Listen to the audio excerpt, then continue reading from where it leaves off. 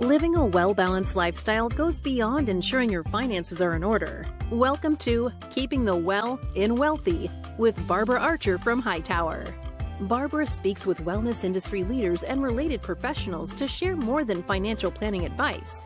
She addresses your questions about living a healthy lifestyle at any age. Learn how to gracefully maneuver life's challenges with support and resources to guide you along the way.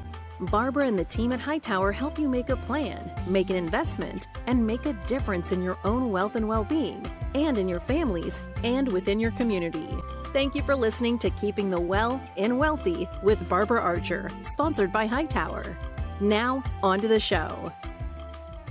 Hello, I'm Barbara Archer, your host for Keeping the Well and Wealthy, where we discuss living a healthy lifestyle and offering support and resources to gracefully maneuver life's challenges at any age. Thank you for listening, and I hope you are all having a great day. Recently, I stopped at the pharmacy and I was curious. I wondered, how many people read the enclosures with their prescriptions? Are they aware of potential side effects or how a prescription could interfere with other medications? Several years ago, the CDC reported that within 30 days, about 50% of us had used at least one prescription, up to 25% using 3 or more, and then 13% of us having used 5 or more prescription medications. So if adjusted for those over 65, it rose to about 89% for one prescription, 67% for 3 or more, and 42% for 5 or more prescription medications. With so many of us using prescription drugs, we need to learn more. So I've invited Dr. Laura Challen to be my guest. Laura is a board-certified pharmacotherapy specialist and associate professor at the University of Health Sciences and Pharmacy in St. Louis, where she coordinates an endocrinology pharmacotherapy course. Laura is also an ambulatory care clinical pharmacist at Mercy Hospital's JFK Clinic, assisting with chronic disease management, drug information, training students and residents, and completing research. A graduate of the University of Texas College of Pharmacy, Laura completed her pharmacy practice residency with an emphasis in managed care at the Massachusetts College of Pharmacy and Health Sciences. Welcome, Laura. I appreciate you taking the time today to help educate us on the pharmaceutical industry. Thank you, Barbara. It's my pleasure to be here. Laura, what inspired you to become a pharmacist? I had always been drawn to helping people, and I knew as a child I loved science and math. And so I had originally been thinking healthcare, like maybe I'll be a doctor, maybe I'll be a nurse. Pharmacy had not crossed my mind until I took a career aptitude test in high school, and it came back as pharmacist number 1. And I was very surprised. Oh my goodness. That's amazing. I know. And I told my parents, I was like, what do pharmacists do? And so I started researching and talking to people about it. And I realized, wow, I can have this whole healthcare field without the gross stuff like blood and fluids as much. And that was very appealing to me. And so I just started researching it and found myself down that path.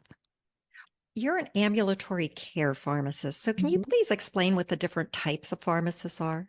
Absolutely. This shocks many people. I think most people think about community pharmacist, in any retail setting. So that could be your grocery store pharmacies, your Walgreens, your CVS. And that's actually only about 30% of pharmacists. The others are kind of spread out. So we have a hospital pharmacist. So anytime a patient receives a medicine, a pharmacist has to check the order or they're preparing the medicine. So there's many of us in hospital pharmacies. And then you mentioned that I'm an ambulatory care pharmacist. So that's another subgroup. I work in a doctor's office type setting, and I see patients there for mainly chronic diseases, which I know we'll talk about a little bit later. We also have pharmacists in the pharmaceutical industry. So they may be doing clinical trials or answering drug information questions. We have pharmacists in academia training the next generation of pharmacists. And really, there's a lot of other subtypes. Is ambulatory care a more recent type of pharmacist? Because obviously I didn't grow up hearing about ambulatory care pharmacists. Yeah, I would consider it a newer sector. Maybe in the 2000s, it started to become more mainstream, but we definitely do not have a pharmacist in every single doctor's office. I hope we will one day, We're typically more in like your hospitals and training type environments. Okay, that makes sense. So, can you share an experience that was particularly memorable or challenging in your career so far? I've been a pharmacist almost 19 years. And so there's lots of instances that come to mind. I love it when people make those healthy lifestyle changes after they talk to me. One in particular was a patient had just had a heart attack, and we sat down and had a very candid conversation about their lifestyle choices. And he went into the parking lot and he told me he threw away his cigarettes, stopped drinking the alcohol, and just started losing the weight, exercising, and just came back feeling so much better about himself. Oh, what a great Mhm. success. That's Yeah. And amazing. I found myself in very difficult situations too. One that comes to mind is I've had a deaf patient, and through a sign language interpreter, I found out that they were injecting their diabetes medicine the wrong way because the person couldn't hear the clicks on the pen, and they also had vision problems. We figured out the problem, came up with a solution, and got the patient back to injecting it the right way. Just using creativity, I think, goes a long way as well. It The also patient. sounds like you listen to your patients. Oh, thank you. All pharmacists listen, and they really do. If you do take the time to talk to them, we try to meet you where you're at. Well, Everyone is in a different situation, and that's what makes it successful. If we listen to what is going on in your life and what you've experienced, we can come up with a solution that will work for you. any other stories you might want to share? I've had a patient, well, I work also with a retail pharmacy, and they called me and they were like, this person is not filling their prescription. They're coming too soon to the pharmacy. And can you just meet with them and figure out why? And I found out through talking with her, she confided that she was illiterate and couldn't read what was on the prescription bottle. And so I started drawing pictures of suns and moons for daytime or nighttime and got her back on the right track. And so, again, using that creativity and meeting them where they're at. That's terrific. I remember one time my mother came to visit me and her stomach was upset a lot. And my husband asked her to just take a look at her prescriptions. She had a regular doctor and a specialist for her arthritis. They had both prescribed two different name brands for the same issue, the pain. So she was taking both. So she was double dosing. But again, she never spoke to her pharmacist. Yeah, that'll be a theme of today. Speak to Yeah. them It is a and good get thing. that clarification of how you should be doing it and which one you should be taking. So, what are some common misconceptions people have about medications? I mentioned I work more with chronic diseases. I think, Can you explain that a moment? Can sure, you give us some examples of chronic absolutely. diseases so our listeners can identify perhaps with some of these? Sure. Technically, it's a condition that lasts for 12 months or longer and also requires medical attention. So, some top three that come to mind would be cancer or diabetes or some sort of heart condition. So, it's something that you're going to live with for a while. So, that's kind of my focus. Again, there's pharmacists that focus on different things. But one of the misconceptions with that is that people don't understand that they need to keep on the medicine. Either they don't understand how to refill a medicine, so that's important. Figuring out what number to call, or if you can get into an autofill process, that's helpful, where it kind of just does it on its own. And that's one thing off of your to do list. Sure, that's easy when it just shows up at the door, isn't it? Yeah, it can mail it to you, or maybe you get that reminder text, hey, it's ready. That's good. But again, just kind of staying with the course. So it's not just I'll just do this for a few weeks and it'll go away. That I do need to stay on the medicine if my doctor recommends that. And I think you mentioned to me earlier, this is a marathon, not a sprint. Yes, absolutely. This is a marathon, not a sprint for chronic Okay. stuff. There are things that only require a few days or a few weeks. Those are the good ones because it means we got better, right? That's So, right. how can over the counter medications be problematic when taken with prescribed medications? So it's really important to mention to your pharmacist that you're either already taking an over the counter medicine or even an herbal product, or if you're considering starting, because sometimes, not with all of them, but sometimes they do interact or they don't mix well with your prescription medicines. Some examples, just kind of generally speaking, 'cause there's so many to speak about. If you're on an anticoagulant or like a blood thinner, certain pain medicines or even cough and cold products can either make you more likely to bleed or they can throw off your lab values. Or perhaps certain cough and cold products or long-term NSAIDs or pain medicines can make blood pressure readings come up if you take them too long over time. Certain antihistamines that you may take for a cough or cold may make you drowsy if you mix them with your prescription drugs. So, the advice, the take home message here is when in doubt, take that bottle out, bring it up to your pharmacist, or even write down the name of what you're considering starting and being like, hey, does this mix well with what I'm already on? That's a good question to pose. Now, you mentioned over-the-counter drugs and herbal products. So I guess that's why when I go in for my annual physical, they also want to know all the vitamins I take, any supplements. Is that correct? Because Yes. that can interfere with some things too. Absolutely. That would be included on that. And I try to ask specifically, like, what other, do you take any vitamins? Do you have about herbal products? Because I think that slips a lot of people's mind Sure, because they about being just think important. that's maintenance, not really, Absolutely. it's not really a drug. Yeah. Have them add it to your list. Good information. So what should we be aware of to avoid drug interactions with other medications? Just tell your pharmacist and your doctor. I would tell them both because, they're all going to be your health advocate and looking to Okay. make sure that there are no drug interactions. They Also can, telling if you have more than one physician and they're not in the same system to make sure they're all told the same that's a information great that you're point. taking, right? Yeah, absolutely. Because not all the systems talk to each other. But you want to That's be true. sure everyone has all the information. And we have nice systems. So we pharmacists have computer systems that will automatically run these interaction checkers in the background.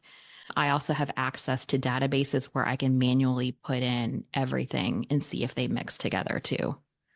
You mentioned about the person that you drew the sun and the moon on. So how do you ensure patients understand their medication regimens? Someone brought this person to you, so you were able to help correct it. But typically, just the average person that gets their prescription drives up, throws it into the car, drives away. Not much you can do there, is there? If it's a new prescription, I would take those extra few moments to either, they should be offering to speak with you. I know it may just be quickly in the drive through, but take those few moments to say, yes, I would like the pharmacist to come over. Good. That's a great opportunity for the pharmacist and you to have that conversation about how do I take this? How do I store it? That's important sometimes.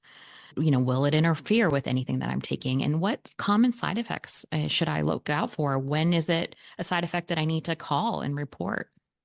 You mentioned like storage and how to Mhm. take it. So should we be reading those enclosures, which sometimes can seem so unsettling, or should we be taking that time then to discuss this with the pharmacist? But what about those package inserts? I know those package inserts can be long. Yes, and Um, scary sometimes. yeah, they can be, but I would definitely review certain sections at a minimum. And so we mentioned how to store it. Your normal oral tablets are probably fine at room temperature, but there are certain injectables out there that do need refrigeration. Is that the one that you have? The common side effects, again, what can I look out for? What to do if I miss a dose? So sometimes it's not that intuitive. So that's always a section that's on there. Again, drug interactions. And I know the laundry list for side effects can be long. It could be scary, but Mhm. also know that anything that happened in a clinical trial, they legally have to list it as a potential side effect. Along with the side effect, you want to look at the incidence or how often it happens. And so if there's a 0.0001% chance, I'm not as confident that's going to happen with someone versus, 30% of people may experience this, then it's going to be more frequent. So Oh my not only the goodness. side effect, but is it in the common side effect section or is it in the rare side effect section? Sure. And that's worth even us looking at if we open that up Mhm. and read it. Looking forward to Absolutely. my next prescription now so I can read more. And along not only tablets and capsules, but oftentimes we're now dispensing devices or inhalers. And so those inserts will have pictures of how to do it. If you're not familiar with it or your pharmacist, we often have demo products that I will pull out and show someone this is how you inject it, or this is your new inhaler, and this is how you do it. So that's in the insert, and your pharmacist can also walk you through that as well. Oh, that's so helpful. So Mhm. is there an advantage to using just one pharmacy? Oh, absolutely. I think that way you're ensuring that that pharmacist has your entire list. And I know it's tempting. A lot of patients will get online prescriptions or perhaps from some sort of platform. Also, tell your main pharmacy about those. And so they can ensure that it's all, again, mixing well together and avoiding drug interactions. No, that is important. So, as a professional, if you believe someone is being overprescribed, do you ever reach out to the physician or have a conversation with someone about that?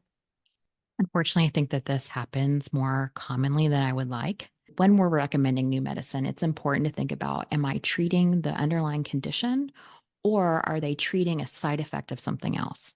Obviously, I want to avoid the overtreatment. It's called a prescribing cascade. And we want to be treating the condition and not just a side effect of another medicine, which can happen. That's one reason why sometimes people are on too many things that they don't need.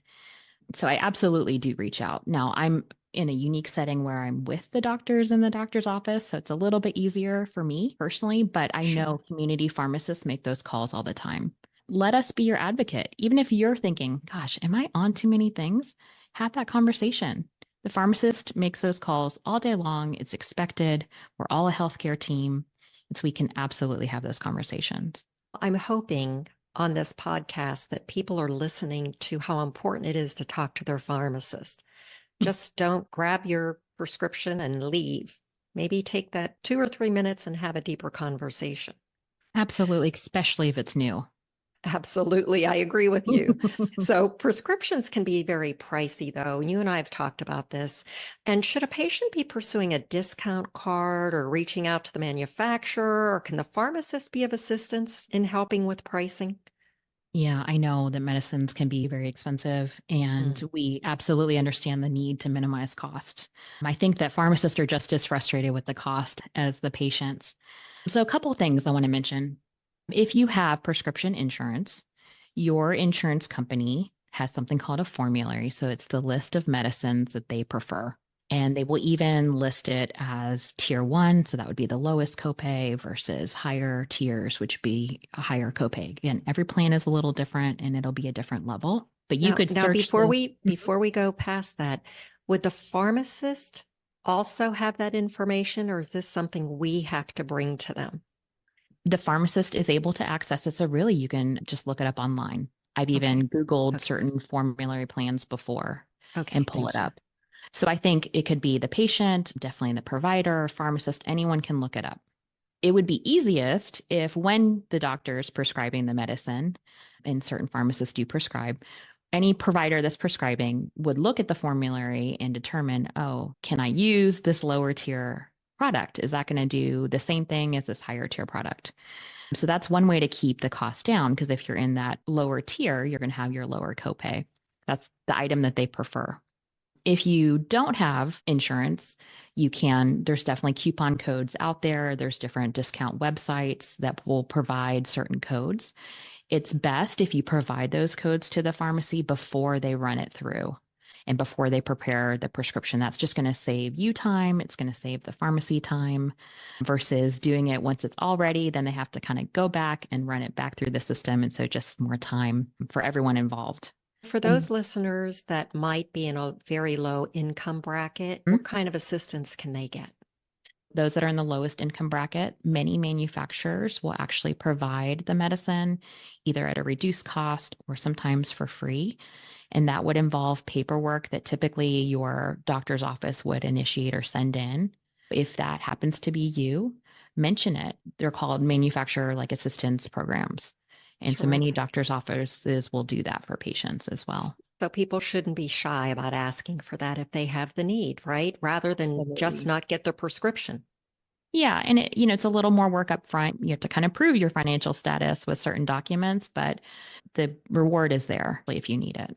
And we also hear about people getting some of their medications outside of our country. So, what are some of those risks? Again, I know it's tempting, especially if you live close to a border, like perhaps near the Mexican border or the Canadian border. I've had family members ask me about this as well. But know that the US Food and Drug Administration, as well as the pharmaceutical industry here, has warned us that those countries, whether it's Mexico or Canada or even other countries, we just don't know their regulations. And unfortunately, the risk of contamination or counterfeit products is higher. We just kind of recommend sticking to US products because we know of our rigorous standards that we have here. Yeah, it's good information. Thank you for that. This is something we're often told to take an NSAID or an NSAID. Can you explain what that means and what the different options are? So, an NSAID stands for the non-steroidal anti-inflammatory drugs, and those are typically your pain and fever medicines that you see over the counter. Some products technically include aspirin or ibuprofen or naproxen. Those are our three most common NSAIDs. Okay, so all three of those are the same, similar to, and Yes and no. They're all technically NSAIDs, but I okay, actually view them very differently. There are different risks involved in terms of bleeding risks or perhaps stomach upset risks, or your age would matter. Like, we don't give some for children and some we can. If you're considering a medicine, and I know we typically use them for aches and pains or menstrual cramps or headaches or maybe fever, ask your pharmacist because it will depend on what you're already taking. mm, Your medical good. history will change my answer of which one I recommend for someone. Great. Yes, I was just thinking aspirin. Many people take a baby aspirin every morning. So, And that's really more for heart mhm, protection versus like pain. And so correct. that's why it's better to, again, talk to your pharmacist, let them know your medical history, what you're already taking. And that will change my answer on like which one I would recommend for you at that time. Good. What are some of the more common questions you're asked rather than the one I just asked you? I used to joke that I was like the most popular guest at weddings because people would corner me about their medicines, Oh, golly. which I love. So that's kind of what I hope people ask me. I want you to ask me, how do my medicines work? How do I take them? Do they work well together? Am I on the right thing for this diagnosis? Those are the questions that I would hope you would ask us, and Well, probably the most common that I get. that and understanding that when you start a medication, sometimes it takes a while for it to work. We're always in such a hurry. Okay, I've taken this medication for 2 or 3 days. I don't feel any change. I don't see any change. Absolutely. That's a wonderful point, especially again with those chronic diseases. That would be a question I ask. When can I expect to see some of the benefits? Or how long, when do we think it won't work? Have I Right. given it a few months and it's still not seeing an effect? Does that mean I need a higher dose? Or does that mean it didn't work? So, excellent point. And there are many delivery systems for medications like oral, injections, suppositories, creams. How is the best method determined? Excuse the interruption. I know you're listening to Hightower's Keeping the Well and Wealthy podcast, but if you have questions related to these or other wellness and financial issues, please reach out to your advisor or go to hightoweradvisors.com to find a financial advisor near you. Now, back to Barbara. It kind of depends on what we're treating. So, in the area of focus, let me put it that way. So, for Okay. example, if someone has like a topical or a skin problem, then that would be a cream or an ointment, most likely, assuming that it's not a large surface area that we're trying to treat. Or if patients, I know that most patients prefer oral products, but some of them are not stable in like stomach acid. One Hmm. example that comes to mind is insulin. We would all love for our diabetic patients to have insulin as a pill, but they've tried and it just is not stable that way. So it's an injectable because that's what we know works to get it into the body. So it also depends on kind of the chemical or the drug that in question, if that makes sense. Sure. So when we're prescribed a medication, is it based on our particular body mass or age? Because we know they're different for children. But I always wondered, is my husband getting the same thing as I am? Who's a bigger guy than I am? So you're right. Medicines are dosed either based on age or body mass or even how well your kidneys are working or your liver is working. You mentioned children being different. Especially for children, I would say always give the weight of the child to the pharmacist. And so the weight for me trumps the age. And, I'm a mom and I know that my children, sometimes one child is weighing more for the age than the other. Or especially if you have like an extreme on either side, like a 2-year-old that is in the lower percentile for weight or higher than average. So the weight is really important. And I would say for children, I would lean more on weight based if I can. The other age spectrum, if you're 65 or older, we also tend to start lowering doses for those patients as well. Hmm. And that can be related to kidney status or liver status. So medicines are eliminated from the body either through the kidneys or the liver. If you have problems with either one, depending on the medicine, we're going to have to reduce the dose as well. So giving them all that information, and it is drug specific. So to answer your question about your husband, it's going to depend on the medicine too. Okay, sure. Some are age and some are weight. To take this a little further, I want to talk about the future of pharmacy, like personalized medicine, because I hear some remarkable advances in the field of pharmacogenomics, or how we each can react differently to medicines that indicate we might be moving away from the one size fits all, like I suggested my husband and I getting the same. So if scientists can now identify glitches in our DNA scripts that reveal what drugs may be dangerous or completely ineffective for certain people, could this information help doctors calculate precise medications and dosages that match a person's DNA? Or do you even see this on the horizon, or are there other exciting advancements? Yeah, pharmacogenomics is so exciting. And it is already here for certain medicines. So you mentioned that it's the study of how your genetic makeup affects your body process, how it processes certain medicines.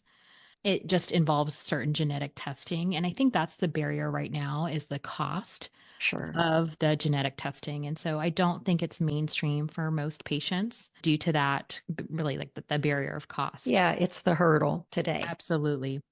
But I do think for certain healthcare conditions and medicines, we do this. I know it's being done in HIV or certain cancers. We even know the differences for certain medicines for depression or heart disease. The data is there. Again, it's more of that making it available mainstream. I think it'll be more mainstream once we can get that hurdle of cost to make it more achievable. So how do you see the role of pharmacists evolving with these different types of advancements in technology in healthcare? Technology is advancing so much. Even in my career, it has changed so much. And it's definitely impacting healthcare. And I also think the COVID-19 pandemic made us kind of rethink how we're doing things. I think about us automating more the physical act of preparing medicines and turning more to that clinical side and using our clinical reasoning and our skills to connect with patients remotely in the future. One example that comes to mind is, again, I keep going back to diabetes because I do a lot of diabetes management, but now we have really made advances in how we're checking our patients are checking their blood sugar. So we have these things called continuous glucose monitors. And that's been within the last few years. But here I am now sending links to patients for them to connect their monitors to me remotely. And I can just log into my computer and see what their blood sugars are doing in real time. Oh, And that's fascinating. So you can actually see absolutely. where they are. Oh, that's great. And that's huge. Whereas a few years ago, I would call them up and they would read off the readings of what they're doing with their finger sticks. And here I am now logging into my computer, seeing amazing graphs that are averaging all kinds of things and showing us their target ranges. So that's just one example of how the technology is evolving and it's making it easier for us to see the whole picture. That's fascinating. Thank you for sharing that. Laura, this conversation has been so very helpful. Thank you for sharing your expertise on pharmaceuticals and drug management. So, just a few things I've picked up today is we have to tell our doctors all of the medications we're taking, both prescriptions, over the counter, herb, supplements, whatever it might be. And it would be helpful if we would read the enclosures so we are aware of potential side effects and understand how to take the prescription, how to store it, timing, and if it should be taken with food or water, other information in there, and looking at those side effects, not just the list of them, but perhaps how common they are. And then doing our research on the prescriptions to control costs. And most importantly, talking to the pharmacist especially when we have new prescriptions, but also if we have any questions along the way. So Laura, my last question for you is this: how do you keep your well and wealthy? First, thank you for having me today. But keeping my well, I think that that's always a balancing act for both myself and I'm sure anyone that's listening to this, being a working professional, having a personal life with children and trying to keep healthy. And so I try to enjoy taking walks, especially outside, and just getting into nature to trying to decompress, trying to seek out those activities that bring me joy, whether that's spending time with my husband and children or volunteering. That also brings me joy. And so I just think all of us, including myself, we need to make our health a priority. I like that you're seeking joy too. That's lovely. Thank you for sharing. So, Dr. Laura Challen, we appreciate you joining us. Our listeners can go to our podcast notes to reach you by email. And thank you for tuning in and listening to Keeping the Well and Wealthy with me as your host, Barbara Archer. If you have not yet subscribed to the podcast, please click the subscribe now button below. This way, when I come out with a new podcast, it will show up directly on your listening device. We humbly ask you to share this podcast, rate it, and leave a review, as this actually helps others find the show. Again, thanks for listening today. From everyone at Hightower Advisors, this is Barbara Archer, reminding you to go out in the world and make a difference. We'll see you next time. Bye-bye.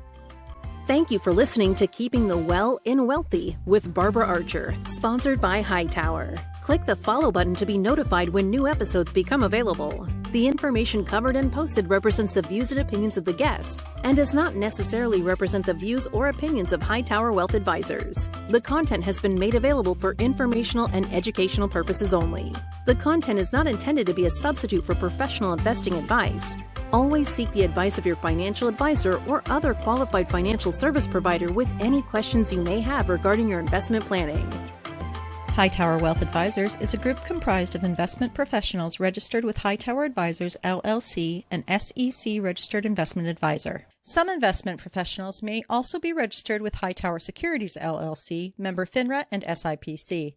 Advisory services are offered through Hightower Advisors, LLC. Securities are offered through Hightower Securities, LLC. This is not an offer to buy or sell securities. No investment process is free of risk, and there is no guarantee that the investment process or the investment opportunities referenced herein will be profitable. Past performance is neither indicative nor a guarantee of future results. The investment opportunities referenced herein may not be suitable for all investors.